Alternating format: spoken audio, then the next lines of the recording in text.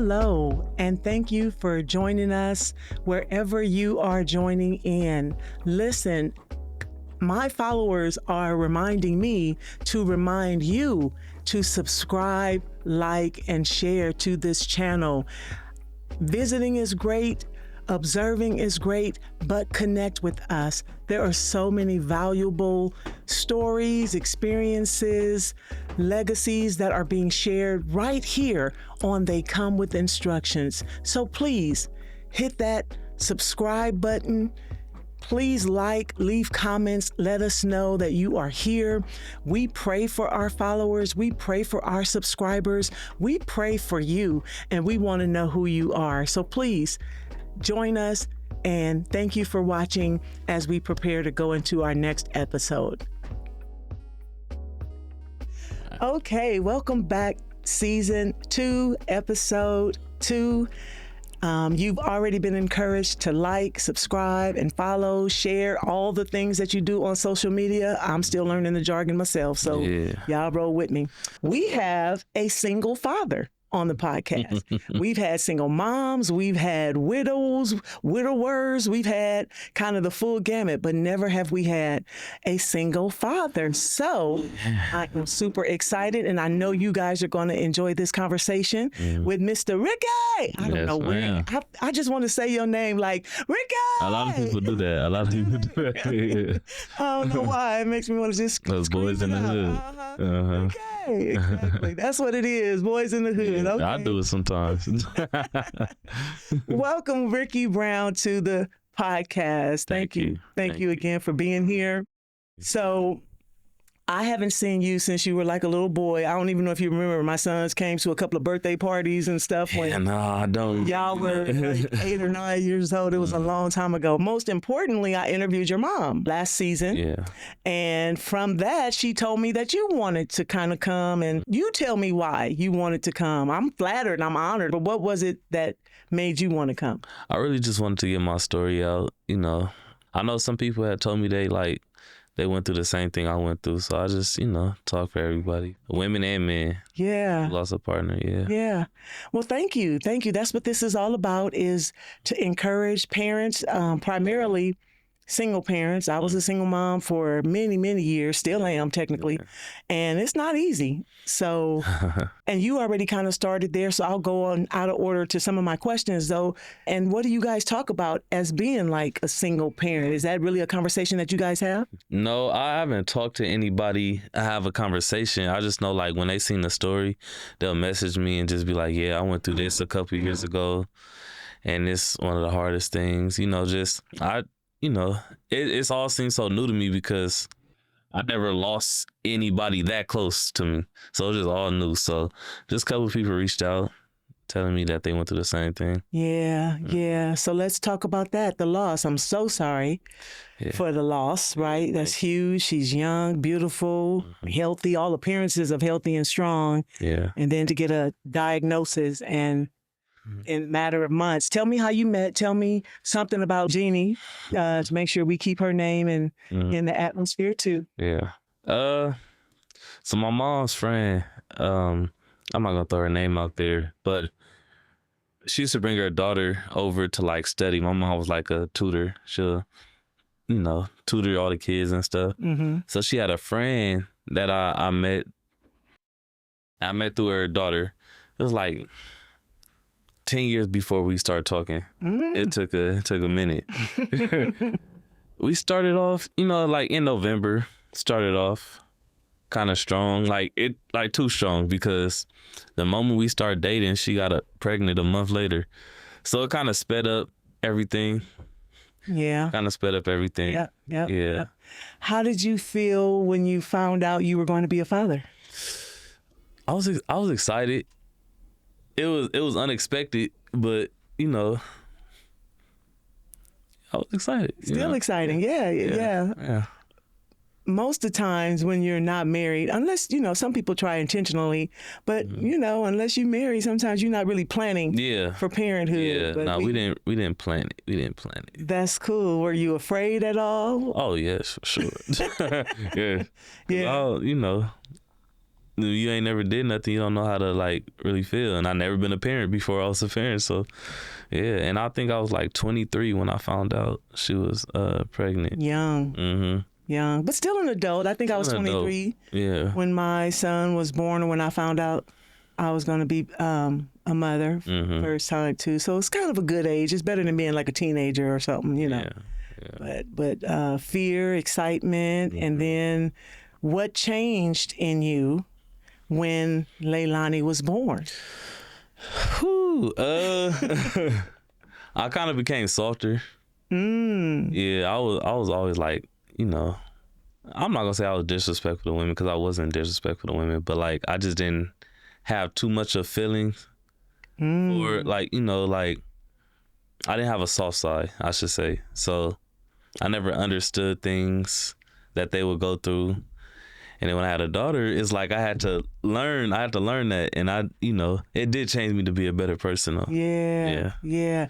And I've heard men say how having a son, you know, he just becomes your little buddy, your little, don't necessarily kind of change you for the good. Yeah. But having a daughter kind of changes you for the good. Yeah. Do you attest to that? Yeah, or I attest to that. You agree? Sure. If I had a daughter, I would have stayed strict. I'm not that strict with my daughter. It's hard.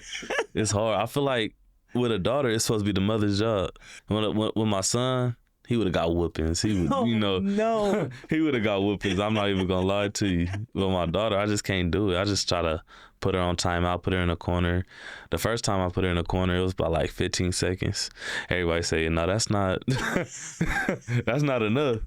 But then when she started crying and stuff, it's just like, oh man, all right, come on. That is hysterical. So you already letting us all know that she's got you wrapped around your finger. For sure. Yeah. I'm getting a little bit more strict right now, but How much more? just a little bit. Just a little bit. Just a little bit. Nothing crazy. How old is Leilani now? She's 5. You know she has the same middle name as me. René? Yes. Yeah. I was like, come on, Leilani René. Yeah. That's a beautiful name. She's Originally, we were supposed to name her Leilani René Harmony Brown. Wow. And my mom was like, nah, I don't like that Harmony. I don't like, she shouldn't have 2 middle names. Like, you know, we'll think about it. Yeah. It's something to really be responsible for this little life, like a whole full being. Yeah. It's different than clothes. It's different than a car. It's different than a phone. It's a whole life that you're responsible for. A whole little life. Crazy. Yeah. What, if anything, are you, like you're saying, you're getting a little stricter and you feel like it's the mom's kind of job to kind of discipline the girls. What is important to you that you make sure Leilani knows? What value, lesson are you like dead set on, like, my daughter got to understand this? That her mom loved her, and that she, you know, she didn't intentionally leave her. Like, she really tried for her. That's what I keep trying to enforce in her head, cause she like, why did my mommy leave me and stuff like that. So I just had to like let her know that her mom really loved her. Yeah. Man, that's so sensitive. Yeah, it is. And see, it doesn't even go along necessarily with a lesson, but such an important reminder that she is going to need to know. Yeah. Yeah, that's good. That's good. And so in that, you know, I asked your mom about therapy for Leilani, and as she gets older, I want to reiterate that same kind of message and sentiment to you. Have you started therapy, Ricky? You been going? So I originally started, but I really, really don't think therapy is for me, honestly. Have you gone at all, ever? Yeah, you just didn't find any value in it? No, because I just don't see how it will make me feel better. I really don't. So how do you feel? How do you feel about Jenny being gone? How do you feel about being a single parent? How do you feel about the whole package? Oh man, it's a lot. I ain't gonna lie, it's a lot. It's still hurtful. I try not to, you know, ask God why, but it's hard not to. Leilani was 4 when she left, when she, unfortunately passed. Is a daughter growing up without her mom is just crazy to me. I don't see how that was a part of the plan, but I still thank God for everything that He gave me, Leilani, and things like that. I just feel like a part of me left. They know we bumped heads a lot, but that was my best friend, honestly. It don't matter if we not talking or whatever. If any of us have a health problem or anything, we right there for each other. And that's just what it was. So it just hurt that I lost that. Yeah. Yeah. Yeah. And sometimes I'm an advocate of therapy, Ricky. I really am, for a couple of reasons. One is because you go into a little space like this, but you don't have the cameras, you don't have the microphone, you don't have the world listening to your story. Yeah. And you can just unpack whatever that is. It's a safe space. Like, no judgment. They don't care if you cry. They don't care if you snot nose, choking. Like, it's just, you need to unpack all that. Otherwise, whatever it is, you got to release it. And hurt and pain and grief are natural emotions, but you got to release them and unpack them. So I advocate for the therapy. Even if you feel like that person ain't asking you the right questions, I go to my therapist. She don't have to ask me nothing, because I just be like, blah, blah, blah, blah, blah, blah, blah, blah. Just anything and everything that I've been thinking, feeling, knowing I need to just, excrete from my being. I just share it to her, and I feel so much better when I walk out of there. Yeah. I feel so much better. Yeah. So I don't know. I'm gonna encourage you again to do that, because maybe I just didn't have the right therapist. It was not my race. I just didn't see how. Honestly, I just feel like it would be better if I talked to somebody who went through the same thing as me. But a little older, just. Yeah. I just feel like I can't talk to anyone who didn't go through what I went through, because then how would you understand? And it's like I'm mixed, because I'd rather talk to somebody who understands what I went through, or like a family member who felt the same way that I felt. But then if I start crying, then they can start crying. We just we both just together. Crying, and then it's like, it's just hard. I don't know. It's just hard. It's hard. And I've heard that before, that, how can people who haven't gone through what I've gone through kind of help me? Well, they're professionals. They study human psychology. They study human nature. And it's just like going to a doctor to say, you've never had cancer, so you can't treat me. Yeah. Or you've never had diabetes, so you don't know what to prescribe me. That's not true. They study. Right? They're professionals, they're licensed, they have to pass examinations to be qualified to help with the conversations. So maybe having a man, maybe having someone of the same ethnicity, someone at least you can kind of connect with, may help. But I understand what you're saying, but how how people say, like, take your own advice. It's some people who will give you great advice but won't take it for themselves. It's like, it's if it's good advice, you should be able to take it for yourself. But it's just, that's why it's just like, man, I don't know. So and this is biblical principles, and the book of Proverbs talks about a person believing their own ideas. That's not good advice. Yeah. Your wisdom comes from the counsel of many. Okay. Like, you should never be left to your own thoughts. It's a fool who believes everything, his own ideas. Ask for that. When you call and ask for a therapy appointment, you can specifically ask for, I asked for an older woman. I asked for a person who was Christian. I asked for a person who is married or had been married. Like, there are things that you can ask for to specifically kind of hopefully find the person that you want, and don't feel nothing about it. I do it all the time. So look into it. I'm going to look into it. We talked about you finding out you were a father, but now that you are a father, you're a few years into it. What has kind of been the hardest thing? Like being a single father or just. I ain't gonna lie, her mom was so good at edges, doing her hair and all that stuff. I tried. She'll look like a fool walking out the house if it came to me. That is so funny. So not the hair. The hair not for me. I constantly think of like when females start their cycle, how am I gonna deal with that? Cause me, I'm worrisome. So if she say, "Daddy, I'm bleeding down there," I'm going straight to the hospital. They gonna look at me like I'm done. They gonna look at me like I'm done. Like she just, that is funny. Yeah. You got some years for that. I got some years for that for sure. You got some years for it, but you got to prepare yourself. I know. You got to go buy the sanitary pads. I need to know what to get. You got time. You got time to figure all that part. That's the easy part. Yeah. That's kind of like the automatic, like brushing your teeth. After a while, it just becomes like, you just know what to do.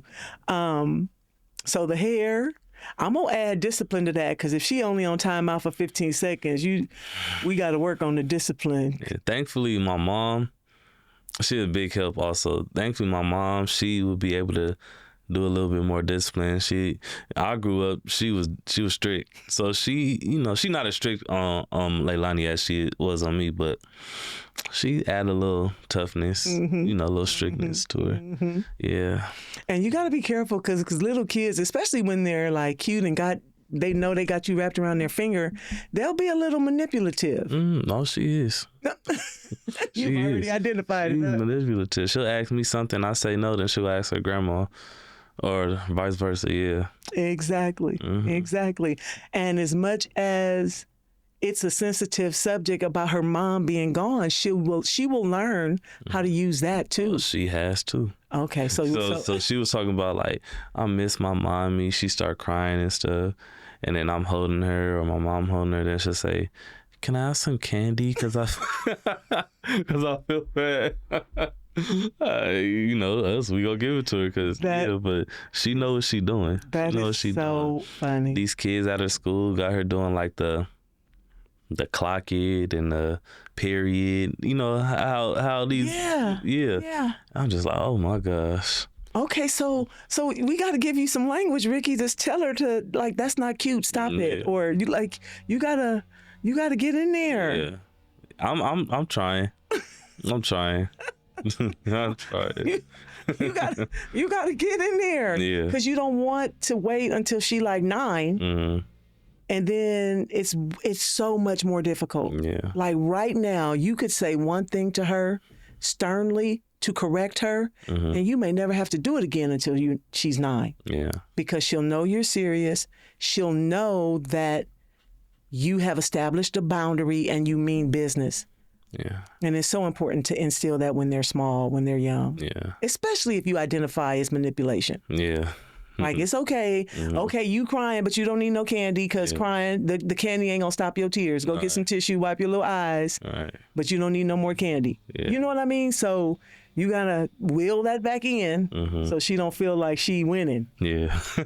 She got you and Tanya over there. Tanya said the same thing. But you saw the conversation about, even with Tanya, to not try to have them like pixie dust and parades every day, because that's not reality. Yeah. So at some point you gotta. I am getting a little stricter though. You are. I'm like, I don't care about none of that crying. Yeah, that's not gonna work on me. Sometimes. Sometimes, depending on how my day is going.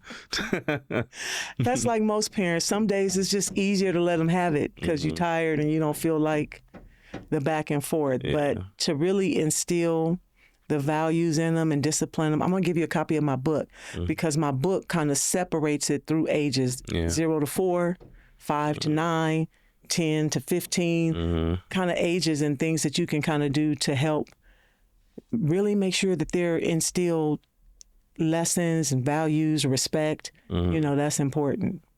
Yeah. That's important. How do you see her at like age 18? I don't know. I really don't know. I see she get a little personality from her mom. The jokester part from me, but I don't know. Her mom was a jokester too. I know that, like, the schools, she's going to a great school. I'm not putting her in. I went to Crenshaw my senior year. She's not doing any of that. She's not, yeah. If I could send her far out to go to school where they're like successful and they're really focusing on school and not just, playing around, I would do that. So education is important to her. Very important. You intend for her to go to college. So you need to start having that conversation with her too. So she knows you got to go to college. You're going to be a doctor, whatever that conversation is like. And I encourage you to journal. Do you write? Do you have like a voice memo? Anything that you do? No. Rap, write, poetry? I could rap. I could sing a little bit too. We're going to have you give us some bars before we go. I don't write anything down, though. Even because that's going to help you. Like, you really have to have a vision and you have to write it down. Yeah. So that it's plain and then you follow it. Otherwise, you aloof and you kind of going and you distracted or you over there. Like, write it down. And then you'll have a path, and you'll add to it, you'll take away from it, but at least it's written down for you to follow. Yeah. And stay the course, because you don't want to just parent on a whim. Yeah. Females think about mothering and parenting a lot more than the men do. But since you find yourself in this role, yeah, it's just a whole difference. It's just different. It's different. Yeah, it's different. Let me ask you this. Do you feel any bit of like, woe is me? Why did this happen to me? Yeah, all the time. All the time. And I'm not supposed to feel like that. Why? What does that mean? Because you're not supposed to question God's decision, but I can't control it. I can't control it. I just, I still constantly ask why it's me. Not during the prayer, though. I just say, I thank you for everything. Yeah.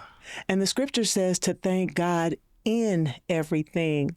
We don't thank him for everything. We thank him in everything. Okay. Because in everything, we still recognize that he's God. He's in control. And we still, like, you're Lord, I'm saluting to you.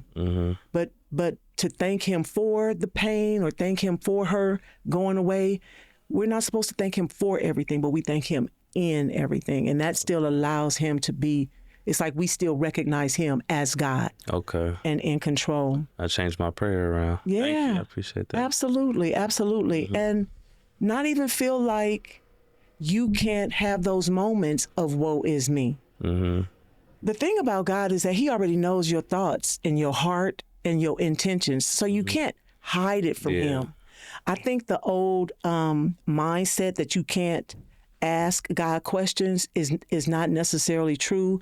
I think what was meant is that we don't ask God questions that try to challenge him. You shouldn't have done this. Why did, like, to tell him he's done something wrong? Like, why did you do? No. You feeling like a victim, Lord, this ain't fair, I don't understand, is a real natural human expression. Yeah. And he wants us to come to him with those questions. So you don't have to feel like you can't necessarily ask those things. And I think a good therapist would help you through that too. So maybe even ask for a Christian therapist, because yeah, for sure. Yeah. Yeah. I will ask you. Yeah. Yeah. Call me by all means. I love your mom. I love your family. Yeah. I love the ministry that God has given me in this. And I definitely want to see you succeed. Thank you. I appreciate it. I want to see you succeed. I want to see you happy. I want to see you whole, And I read a book recently. It's called When Bad Things Happen to Good People. Yeah. And so you're not alone in this. Yeah. And it talks just about the very thing. Maybe I'll give you that book too. I listen on Audible because I'm not really a reader. But Me it really, too. Me too. I've been saying like I want to hear a book. I don't want to read it. 'Cause Yeah. my mind get distracted so fast. But me hearing it, I'll be able to focus more. that's me. That's me. Isn't that funny? And I wrote a book. I need to put my book on Audible so we, so we can have it and listen to it. But it talks about those things and how people say things like, God needed her more. And they mean well, but the truth is that really, no, God don't need us. Yeah. You know, he wants us, and there are things that's in the earth that bad things happen, and he's just a God that he doesn't break his own laws. Just like the law of gravity. You know, there are things that are just in the earth that he's put in place, and he doesn't break his laws and his rules. And so this whole cancer demon, and I just lost a friend to cancer and last month, and she was diagnosed in between Thanksgiving and Christmas. And really quickly, very, very quick. And it seems like so many people are suffering with this thing, you know.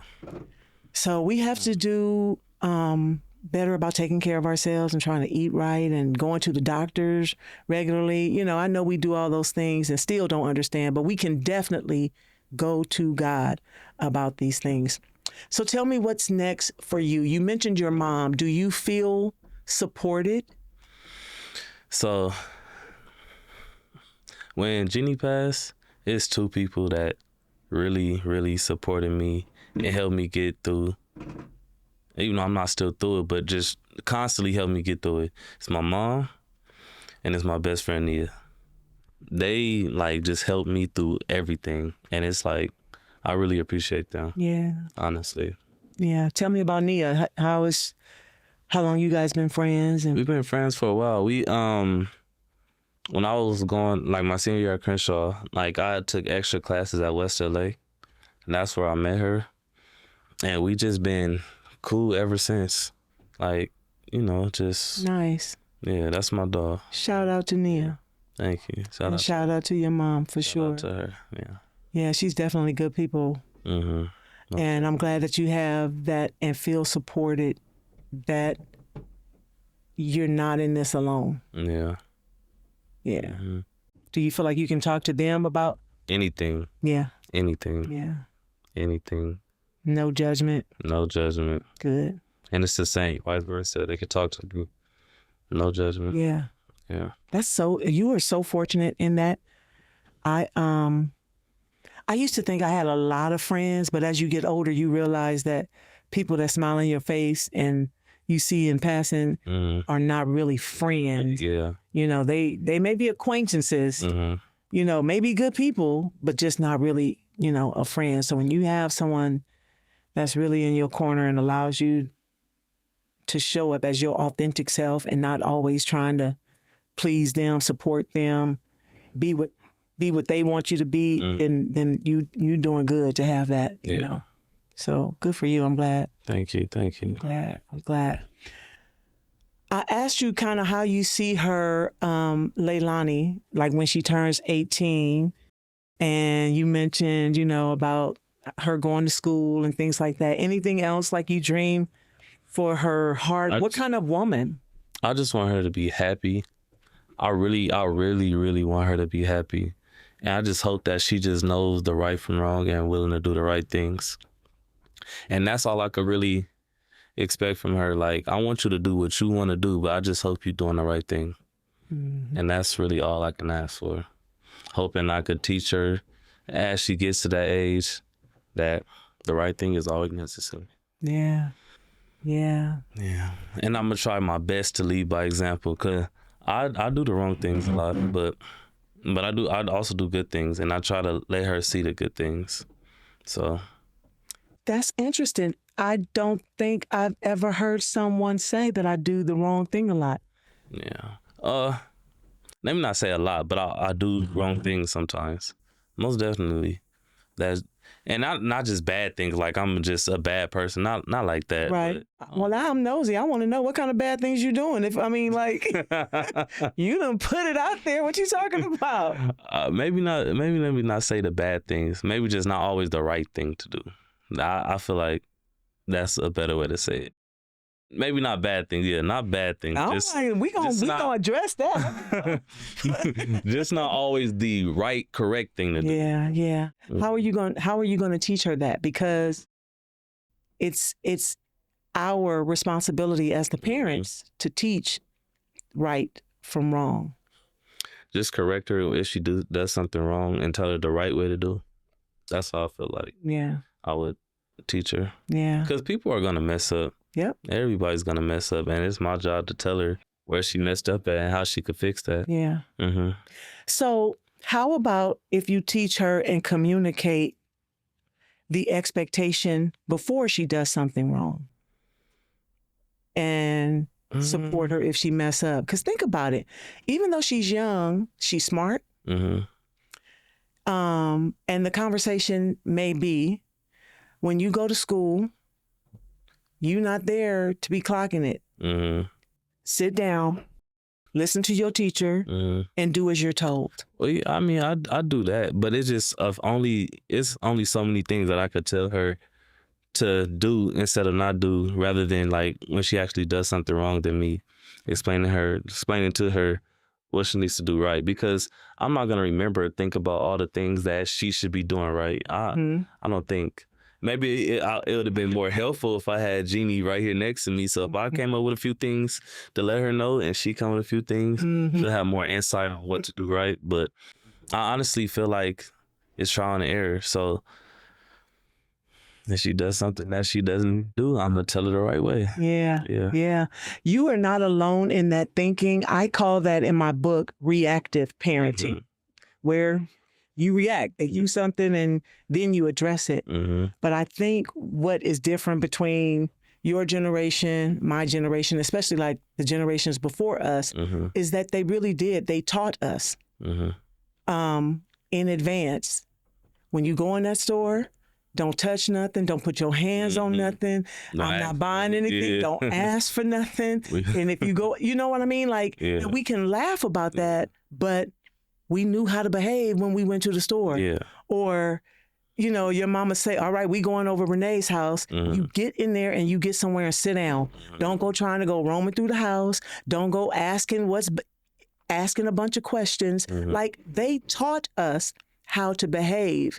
And then we see kids at the restaurants yelling, screaming, falling out the chairs, having fits, wanting to run around the restaurant.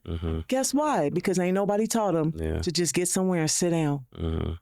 Like, there's value in teaching those lessons. I'm not saying you got to have it all, life lessons from now to 18 written down, but just as you're going through the day, just as you're going through life, you know, just kind of instill those little things in her little mind. And then when she comes back, then ask her, did you do what I told you to do today? Kind of thing, you know? And so it may seem a little old fashioned, but you really do have children then that know how to behave. And I think that's kind of missing from society. And then they want to try to correct them, or the parent is all embarrassed when the kid is falling out screaming. And it's because, you know, you got to teach them to just sit down sometimes and relax. So I offer that. I appreciate that. I do, like, when we come to school, when I drop her off, be good today, listen to your teacher, and tell your friends, you know, you'll talk to them outside of class. Sometimes she listens, sometimes she don't. So right now these kids are hooked on these iPads and tablets. So I let her know, like, if I get a bad report from you, you are not watching your iPad. She'll fall out not watching that iPad. It's crazy. It's sickening, actually. Fall out. But, you know, I let her know, like, I think that's really the only consequence that I really stand on. Okay. No iPad. And it worked. she'll go to school, do good, and be like, "Daddy, I did really good today." You know what I'm saying? I did really good today. Yeah. My teacher said I was the best today. Like she even gave me candy for being so good. Aw. I'm like, well, I need that every day. Yeah. You know? Yeah. And I get it that she's 5 and she's a kid that, you know, they're going to have slip ups. I know I did. They're going to have slip ups and things like that. So I try to be a little bit more lenient, but when it comes to school, yeah. Yeah. Does she understand the word no? Mm-hmm. Yeah, she understand the word no. She don't like it. She don't like it. Yeah. Like, she wanted her way right now. Like, if she's saying, "Daddy, look," I'm like, "Hold on, babe, I'm doing something." Why you always say, "Hold on"? I want him to look. It's like, you know, I get a little irritated with that. But that's good. It sounds like you're doing the right thing for sure. Yeah. Yeah, you got a long way to go, so stay encouraged. Don't let her wear you down. Yeah. Growing up, when I just hear about all these single mothers, you know, I understood being a single mother, but I never really paid attention. Like, you know, just when I think about single mothers growing up, it was like you chose the wrong baby daddy. You know, I didn't necessarily think about baby daddy passing away, you know, or any health issues, but with me, seeing like you could be a single father, single mother by uncircumcised, like just things that you have no control over, or they have no control over. It's like, it's tough. It really stops you from standing in judgment of other people because you don't really know their story. You don't know. I have a saying, and that a spoiled child is not cute at 2. A spoiled child ain't cute at 42. So you want to love her, dote on her, love her, let her know she's loved, but you want her to understand the word no, because life is really hard. And she's already been dealt like a hard blow in that, you know, so you want to love her and support her through that, but you don't want her to feel like everything has to go her way, because that's just not life. All right. Yep. And you want her to develop some resilience and some thick skin. Yeah. It's a lot. I'm telling you, it's a lot in developing character and discipline, instilling discipline. It's a whole lot. It's not just feeding them and clothing them and making sure they look cute. Right. Like, you really want to develop people who are going to be respectful and contribute to society. It's a lot to parenting. Parenting is not as easy as people may think or may not think. If you think it's hard, it's harder. It is like when you get questions you don't have the answers to, you know, it's tough. Like Leilani, you know, for instance, say like, I don't want to get older because older people die. You know, because she wasn't thinking like that until her mom passed away. It's just like, she said, where do people go when they die? Or, you know, am I going to die? I just don't have the answer. I don't have that answer. And it's tough. It's tough. Yeah, it's tough to tell a 5-year-old that. Like, I'm never going to tell her, I'm not going to say never, but I'm not going to tell her at 5 years old that you will die one day. I'm not going to do that. Well, isn't the truth always better? Right? You have to have age-appropriate, difficult conversations. Yeah, not at 5. I don't Not think. at 5. Not at 5 per se, but another one of my sayings is, if truth be told, and it always should be, is that the conversation is, you know what, Leilani? I hate to tell you this, but yes, everyone has to pass. You're not going to pass anytime soon. Don't worry about it. We're going to live to be long and have healthy lives. Don't worry about it. We're going to see mommy again, but not today. Yeah. And then distract her with something else. Now go watch your iPad or whatever that is. Easier said than done. I hear you. Yeah, but you want to give the truth, having that understanding about faith and eternity and God. Like, she needs to be connected, and maybe you too, to a church that helps talk about God and life and death and that whole plan. So then that conversation is not left individually to you. Yeah. And I know you have a community, but when it really talks about life and death and understanding God, that mommy went to heaven and is with God, like you can have a community that helps teach and instill, that understanding. Mm-hmm. There's strength in that community too. Yeah. But I do want to find a church that I could really commit to. yeah. I believe in God. I don't believe in church because all these pastors, they say different things about the same topic. It's like, who do you believe? You believe the Bible. Like, I would rather us read the Bible, but going to church and learning just different things at different churches, it's like, I don't know what to believe. It's the Bible that I would believe. Mm-hmm. Now I got to start reading that. Maybe me and Leilani read that, but. Mm-hmm. So if me, you, Tanya, and Nia, we go to dinner, and we at the restaurant, we chilling, and we hear a commotion over at the other table, and the police come, somebody arrive, whatever, something bad happens. I don't know, whatever our imagination wants to happen. When the police come and they say, hey, you were at this table, what did you hear? Ricky gonna have a version of what he heard and saw. Tanya gonna have a version of what she heard and saw. Nia gonna have a version of what she heard and saw. And Renee's gonna have a version. Yeah.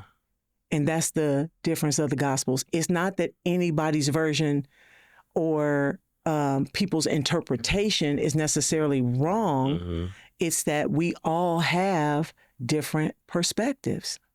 Yeah. And if you know that you don't have enough in you right now to clearly understand the Bible, then you absolutely need someone to help you understand it and teach you and walk through that. Because without understanding, it's just like words on a page. Right. And that's a part of it. It's finding a good church and a good pastor. Yeah, I have a couple in LA that I can refer you to. Okay. Because, like social media, these pastors are out of hand. Yeah. And it's, I agree. It pushes people away from church because it's like you see these pastors, they getting younger and younger, wanting more money. Like church wasn't about money. I feel like it is now. But I do know there are some good churches. I just got to find out. Yeah, absolutely. There are some good churches, and we know that everything on social media is not always true and accurate, so we can't believe the hype. Yeah. But there are some good men of God that are not there because of the money, that are not there trying to chase all the women, that are really there, that have a heart for the people. Yeah. And I'll give you a couple of churches and you find one that's good for you, but that's important. That's important. Yeah. I appreciate you even being open to that. Like, it's so important. It really is, because, it's apparent that you have a good heart. It's apparent that you have, a sober mind and, just a good character. So I'm really proud of you. I'm happy that you came to talk to us. I'm happy that you're Leilani's dad and Leilani has you. Yeah. She's in good hands. Yeah. She's in good hands. Thank you. I appreciate that. Yeah. And you're going to get through it one day at a time. I remember when I had 4 boys, and I was a single mom to 4 sons. And when their dad and I divorced, they were ages 14 and 11, 3 and 2. So I had 2 different sets of kids. Yeah. 4 different personalities. Yeah. It was the hardest thing ever. But I know that I grew from those experiences, right? It made me a better person.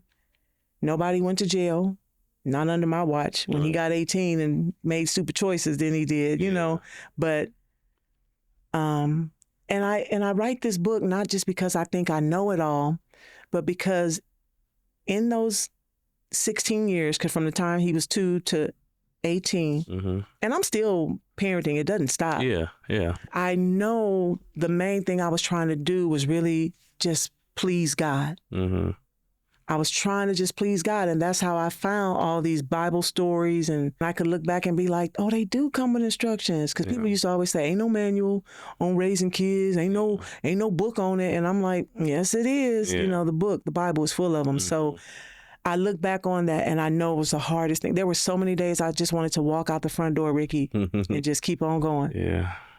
Yeah. But I look back now and it's like none of that was wasted. Like I can help you. I can help so many people. Like we on the whole internet, you know, somebody can be encouraged with these little nuggets and things that we're talking about. So it's never wasted. And you going to have your podcast one day and you going to share your story. Yeah. I need to know what equipment to get. So I'm going to talk to you after this.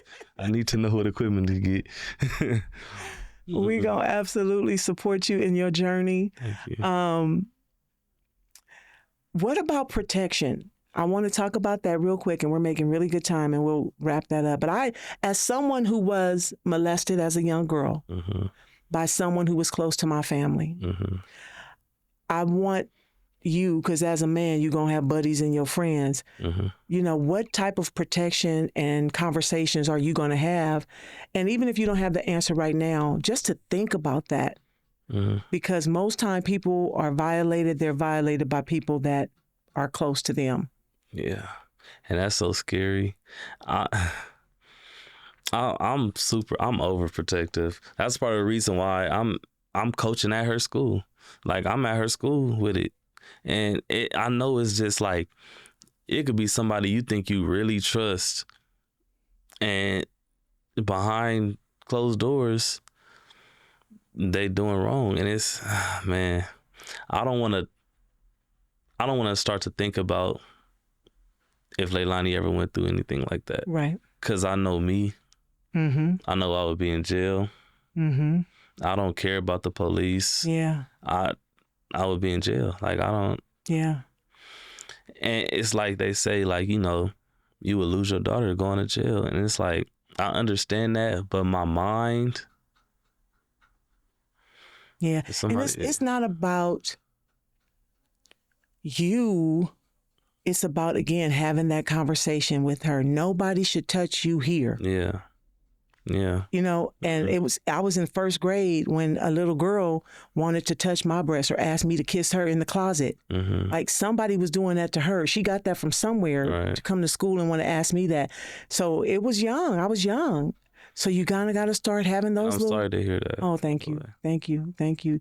Yeah. You got to start having those conversations. And the reason I didn't kiss her or let her touch me was because I knew it was Exactly. So start thinking about it. It's a lot. Yeah. It's a lot raising a kid, man. It's a lot raising a kid. It's a lot. By yourself. And I'm not necessarily saying I'm raising a kid by myself, because my mom, a big help. Yeah. A big help. Some people have like a lot of people helping them. Yeah. But I think my mom would help out. Her by herself would help out more than people with a whole bunch of people helping her. Because my mom, she do it all. Yeah. She do it all. Yeah. Kudos to Tanya. She's always been that way. Yeah. Yeah. Yeah.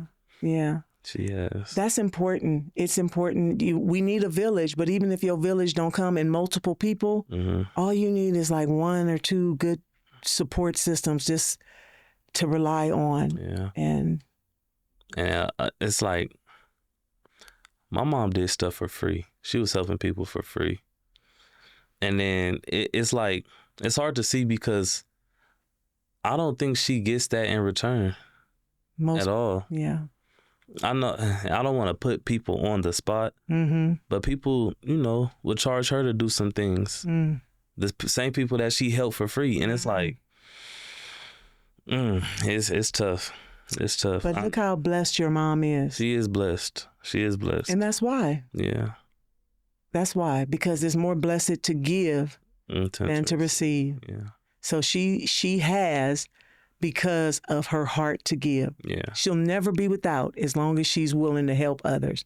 But them stingy folks that's going to charge, supposed to be your friend, they'll always be broke. They'll always be trying to hustle or go through life like they got holes in their pocket. Yeah. So let people be them, you know, but we still be those people like, oh, I'm going to help you regardless because my blessings come through helping and not expecting anything in return. Right. Yeah. So it's not fair, but to whom much is given, much is required. Yeah. Yeah. That's true. Yeah. So you've been given a lot. Yeah. So I've been told a lot. I'm spoiled, and and I don't disagree. I am spoiled. But Love you, not Mom. even just with the material things, though. Think about how intelligent you are. Mm-hmm. Think about, right. And think about how emotionally sober and mature you are. Mm-hmm. Like, so many people are fools. So many people are like jokes. Yeah. But you have been given a lot, like in your character, Mm-hmm. in your heart, and in your values. And so you got to make sure that that light shines and that you have a heart to help. Yeah. And share with others, because it's important. Mm-hmm. We got to do it, make the world a better place. Any last things you want to make sure that we have covered? This platform is about equipping parents, encouraging parents. Is there anything that you want to make sure you go on record? I just want to tell all the single parents, moms or dads, just keep going.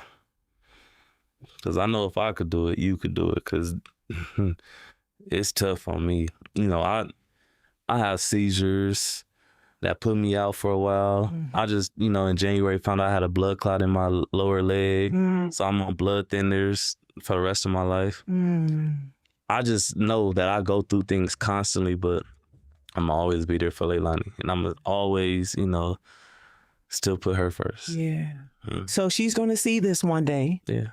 And what message do you want to make sure that she hears and knows from you? Oh, man. I don't want to tear up or nothing, but Leilani, I really love you. I try. I must always try. And just know that Daddy is here for you all the time. Do anything. Thank you. Ah, man, cut the cameras. Cut the cameras. You're good. You're good. Your love for your daughter is evident, and your voice today doesn't just represent you. It will resound and resonate on behalf of many men who may not yet have the words, but the courage and the voice to speak. So thank you. Thank you for the conversation. Thank you for coming. Thank you for your list of things that you done got assignments from Auntie René to go back and start doing and follow up on. But you are in my prayers, and we're going to make sure that the village and the community, helps you through all the difficult questions, all the difficult days, and whatever's in down the road for you. Okay. Fatherhood is not a small assignment. It is sacred work, just as mothering. And the way we heard Ricky speak about it and speak about Leilani makes it clear that he understands the assignment. I truly hope, Ricky, that in a few years, couple of years, you'll come back and check in with us, and we want to, follow up on you and Leilani, see how you guys are doing. So will you come back and most keep us posted? I'll keep you posted. I'm going to show you how much stricter I got. Show us how she don't have you as wrapped around. Yeah, she don't have me wrapped around my finger too much. I appreciate it. Thank you for trusting this space. Thank you for being so candid and transparent. Like, I really do pray nothing but the best for you and Leilani and in your journey to fatherhood. So for you, my viewing and listening audience, for joining, thank you, thank you, thank you. I know that Ricky's story has touched your heart as it has touched mine. And as I said at the beginning, please like and share this episode, subscribe to the channel, do all the things. Comment, let us know what touched your heart about today's discussion and what things you'd like for us to talk about maybe next. Remember, you were made with purpose, and you do have instructions. You know how to reach me at tcwi@reneeandersonwritings.com. Until next time, love and blessings. Peace.